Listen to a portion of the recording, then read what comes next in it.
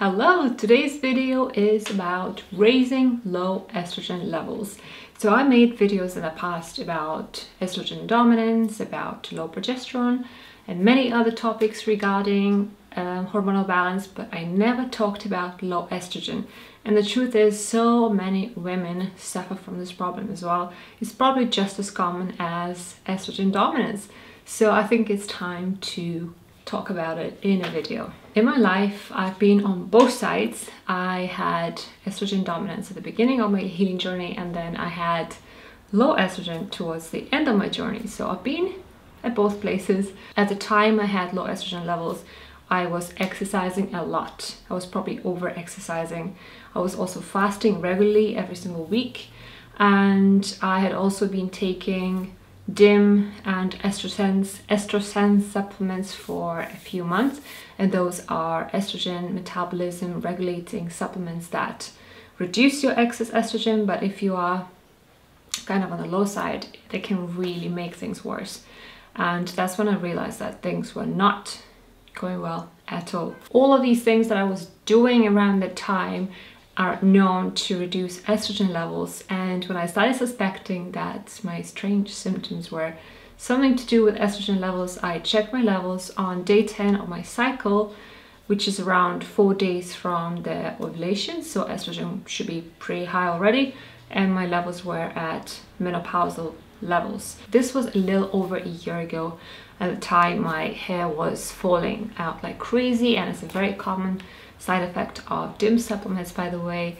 And I was having hot flashes and heart palpitations and irritability and depression, and I got seriously concerned because we're about to start trying for a baby very soon, and here I was with really low levels of estrogen, which is not good for fertility at all. So more symptoms of low estrogen can be things like depression, mood swings, irritability, problems with memory, forgetting things easily, fatigue, breast tenderness, getting more UTIs than normal, heart palpitations, like I said, and that's because the estrogen receptors in the heart get depleted, and then the heart beats irregularly. Headaches, having irregular periods or no period at all if your levels are really low. Also painful sex, and that's due to lack of lubrication down there.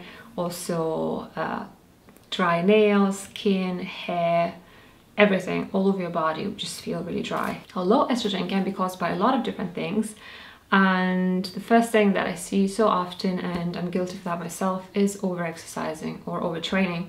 So many of us do that, and women's hormones are really so sensitive to over-exercising. Also excessive dieting, calorie restriction, restrictive diets in general, also fasting, that can really lower estrogen as well.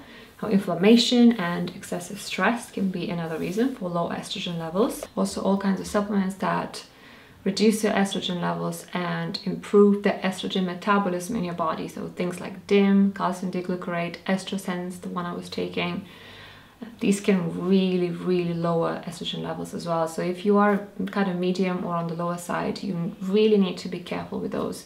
Also just natural aging. When you're getting closer to menopause, estrogen levels naturally start falling. So now let's talk about all the different ways your body can retain and produce more estrogen.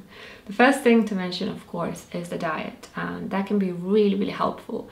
So first of all, of course, it's important to get enough fat in your diet, as I said, because all of the hormones are made from fat. So it's very important. Whether you get it from animal sources or plant sources, you just really need to get enough fat. Also all kinds of legumes, beans, lentils, chickpeas, all of those are phytoestrogens, and they help your body produce more estrogen as well. Olive oil, extra virgin olive oil, is great for estrogen production as well, and all kinds of nuts and seeds, especially sesame seeds and flax seeds, are very helpful too. Now the next thing that can be really helpful is all kinds of herbs, and both the traditional Chinese medicine and Ayurveda have a lot of different things to offer. Also, Native Americans had really helpful herbs there too. The first thing that could help is Angelica sinensis, also known as Dong Quai.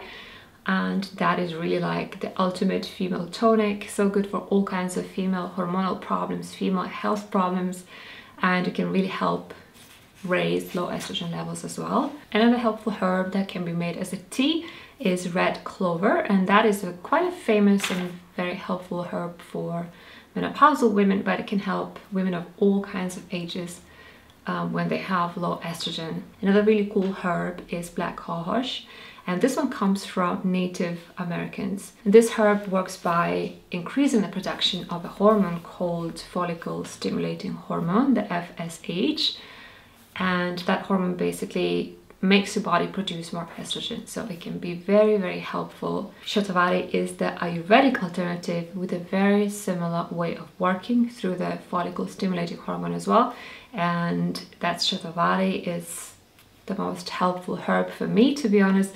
This is the herb that helped me raise my estrogen levels and conceive successfully, and I will probably never run out of it in my cupboard. I will always have it there and take it from time to time because it really works so well in my body. Another helpful one is spearmint tea, and it's said that a couple of cups a day could really help you raise estrogen levels as well. There are a few more herbs that could be very helpful. So licorice root, which is famous in both traditional Chinese medicine and Ayurveda.